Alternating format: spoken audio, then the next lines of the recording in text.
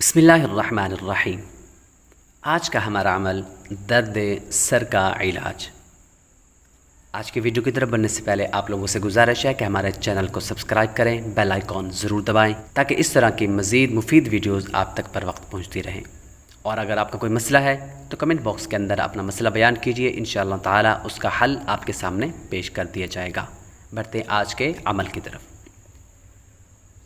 اگر کسی کا درد سر ہو اور درد سر نہ جاتا ہو، ہمیشہ درد رہتا ہو، سر پھٹنے کو آتا ہو یا کوئی بھی معاملہ ہو، اکثر اوقات ایسا ہوتا ہے کہ انسان کا سر درد بہت زیادہ کرتا ہے اور آپ گولیاں کھا کھا کر تھک گئے ہوں، دوائیاں لے کر تھک گئے ہوں، بہت زیادہ مسئلہ ہو، تو پھر آپ نے ایسا کرنا ہے۔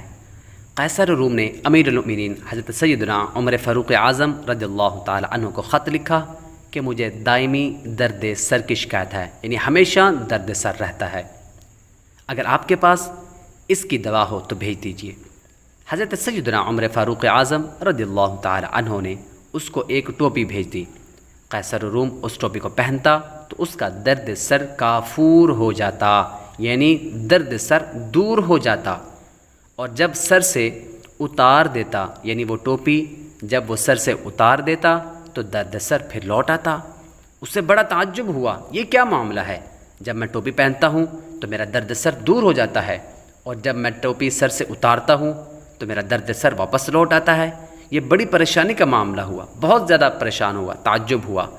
آخرکار اس نے اس ٹوپی کو ادھیڑا تو اس میں سے ایک کاغذ برآمد ہوا جس پر بسم اللہ الرحمن الرحیم لکھا تھا۔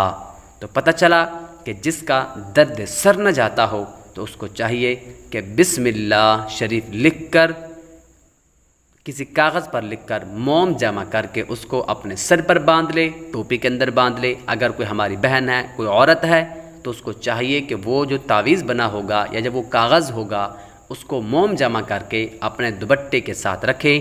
وہ تعویذ جو ہوگا، وہ کاغذ جو ہوگا، وہ سر کے ساتھ مس ہونا چاہیے، تو انشاءاللہ تعالی آپ کا درد سر کافور ہو جائے گا۔